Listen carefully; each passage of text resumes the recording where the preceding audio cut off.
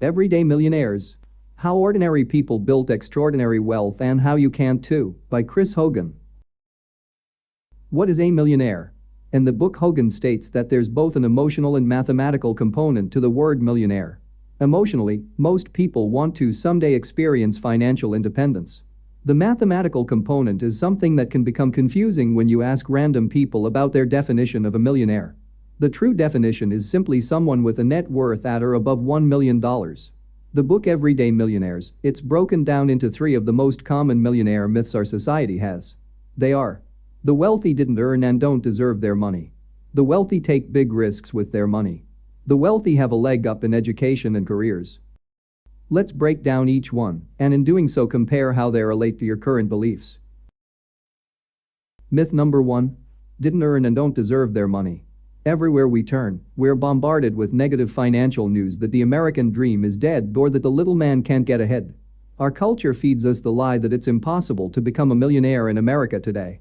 After reading Hogan's book, you'll be pleasantly surprised, especially with your current income potential. This negative news is possibly why he found that 74% of millennials and 52% of baby boomers believe millionaires inherited their wealth. Hogan's team conducted the largest study ever of millionaires. They surveyed over 10,000 millionaires and found that only 21% of them received any inheritance. 79% didn't receive a dime. On top of that, only 16% inherited more than $100,000. This tells us that the vast majority of millionaires are self-made. Their research also showed that most were first-generation rich. 8 of 10 came from families at or below the middle-class income level. Are millionaires just lucky? 76% of millionaires say that anyone in America can become a millionaire with discipline and hard work. Wait a minute. You mean they didn't get rich quick? Obviously not. Here's the problem. Fewer and fewer people want to work hard these days. Take a look at the teens and college kids working in your town. How can they work hard when they're glued to their phones? Most want everything instantly. Many times, doctors acquire an entitlement attitude after delaying gratification after completing many years of school. Instant information. Let's take a look at the smartphone. Growing up, when I needed to look up a phone number, I had to grab the white or yellow pages or use the computer in between my ears. I can barely remember more than 5 numbers now. Also, if I needed to find a statistic such as the winner of the first Super Bowl or the best debt-free blog ever, I'd have to resort to pouring through our set of encyclopedias or head to the local library. Now, we can literally find out any fact or stat in less than 10 seconds with the device we carry in our pocket. The world has changed, and unfortunately, this instant information access has clouded our thinking. We are so used to getting information instantly that we lose patience when we have to actually put an effort into it. This spills over into the public's beliefs about millionaires. The problem is that they don't recognize the time and energy millionaires put into building wealth. Bottom line? If you want to become a millionaire, the 2 biggest factors they found were that you must have financial discipline. Save consistently. Myth number 2. They take big risks with their money. Hogan's research says this myth is supported by these 2 beliefs. Wealthy people make risky investments. Wealthy people take stupid risks to get rich quick. When I got to reading this part of the book, I realized something. Like with most things, if we want to get good at something, we should do the opposite of what we think we should do. I used to play golf before I had kids. I don't anymore due to time constraints. When I was first learning the game and wanted to hit the ball far, naturally I'd tense up and try to kill it. Now, to most people, this seems to be the logical thing to do, but I quickly learned that it wasn't. Once I started doing the opposite, gripping the club lightly and swinging smoothly, the ball started going farther. Again, doing the opposite is the key. Do the opposite. I'm a member of several Dr. Finance private groups and forums.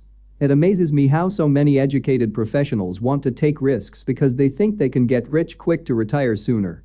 Maybe that's why most millionaires surveyed in the book weren't doctors after all. If you read this book, you'll quickly realize that there's no reason to take big risks. The average income of those surveyed was $100,000 or less, so there's no reason why doctors shouldn't become millionaires. Here's Hogan's findings. 79% of millionaires reached millionaire status through their employer-sponsored retirement plan. The average millionaire hit $1 million for the first time at age 49. Not one millionaire puts single stock in their top 3 wealth-building factors. 9 of 10 have never taken a business loan. They didn't take out high-risk loans. Avoid distractions. Let's face it. It's too easy to get distracted by a new opportunity or a friend's can't-lose investment. Many times we can become complacent with boring, long-term index fund investing and think if we could just hit it big with our friend's deal, then we'd get to financial independence quicker. Think again. As stated above, the average millionaire hit $1 million for the first time at age 49. Remember, most of these folks don't make anywhere near what you are capable of making. You can and should get there much faster simply by saving more. If someone earning the median U.S. household income of $59,000 started investing 15% of their income at age 30, they'd have over $1 million by age 55. If they can do it, you can too.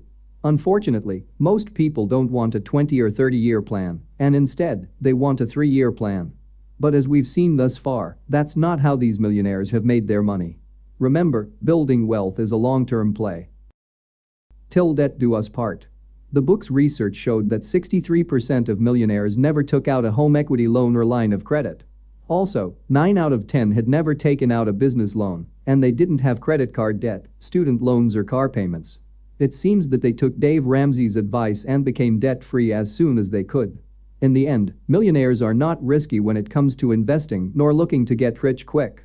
In the race between the tortoise and the hare, they're more like the tortoise. Slow and steady wins the race. Because of this, they get rich slowly. Myth number 3. They have a leg up in education and careers. The last myth is that the wealthy have a leg up in education and careers. Most believe that. Wealthy people have prestigious private school educations. Wealthy people have high-paying jobs.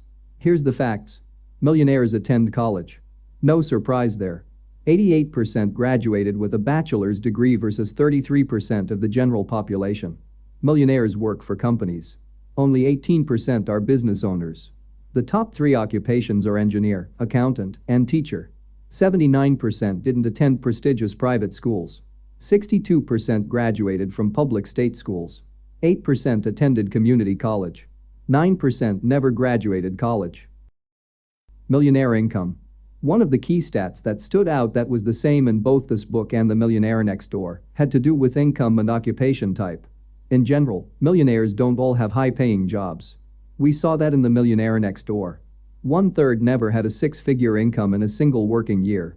Only 31% averaged $100,000 per year. Only 7% averaged $200,000 household income over the course of their career. If the average millionaire from Hogan's book can do it based on the income stats above, there's no reason that white-coat professionals can't too. Millionaire occupation. When I asked family and friends what they thought the average millionaire occupation was, typical answers were doctor, lawyer, dentist, pro athlete, Hollywood actor, etc. When they learned that they were actually accountant, engineer and teacher, yes, teacher, it blew their mind.